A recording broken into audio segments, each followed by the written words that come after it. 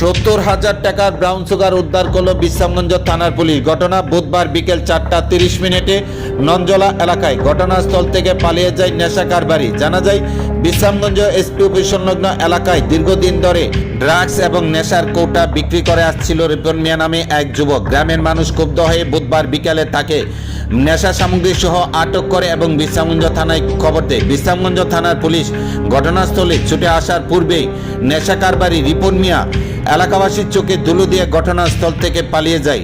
পরবর্তী সময়ে বিশ্রামগঞ্জ থানার পুলিশ সমস্ত ব্রাউন সুগার উদ্ধার করে বিশ্রামগঞ্জ থানায় নিয়ে আসে। জানা যায়, প্রতিনিয়ত এই রিপন মিয়া এলাকার যুবকদের কাছে ব্রাউন সুগার এবং বিভিন্ন নেশা জাতীয় সামগ্রী বিক্রি করে যুব সমাজকে ধ্বংস করে তুলছেন। ঘটনায় এলাকায় দেখা দেয় তীব্র উত্তেজনা।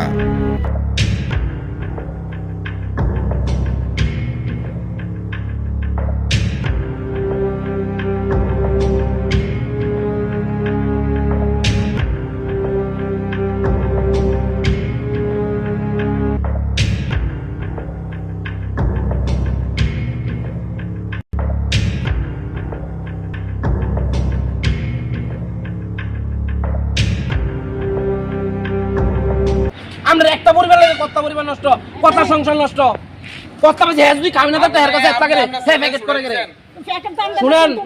আপনি কিন্তু আমার মা আমার কাছে ভিডিও আছে না, বাটপারি করেন না, আমার কাছে ভিডিও নাই। আপনি কিন্তু মা সময় না বাটপারি করেন না।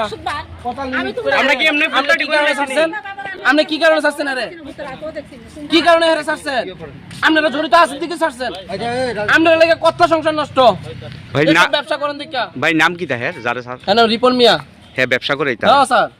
এখন কো গেছে তখন বাগছে হেরা পরিবার বাগাই দিছে। পুলিশ আইছেনি? হ্যাঁ পুলিশ আইছে স্যার। মালটাল পাইছেনি? হ্যাঁ স্যার পাইছে। মালটি কো? মালটি স্যার গাড়িটা। আমি ঝালকে দিতে আমরা দোষলাম ভিন্ন হয়ে গেছি নিচেরটা নিজে ভিন্ন হয়ে গেছি আমার পরিবার লাগে আমি খাই খাইতে তারা বাবারও তে মারতো আমারও মারতো কারোর কথা শুনতে না দাদা। রিপন রইদ ছিল। হ্যাঁ আমি ওই যে ইসমাইল ছাড়াইছি। তোমার ভাই এমন করে কইয়া তুমি খারাপ দেছো কোন দিন কোটা মোটা পাইছেনি? আমরা স্যার ওখানে হেরে ছাড়াই দিছে। ওখানে হেরে ছাড়াই দিছে। আমরা মেল করে ডাইলাম না, আমরা ডাইলেন পাবো। আচ্ছা আয়ো আয়া ইও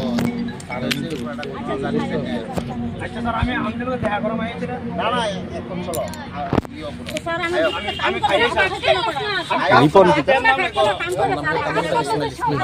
না যারা স্যার কাম করতে রিপন মিয়া না রে। 10টা কত?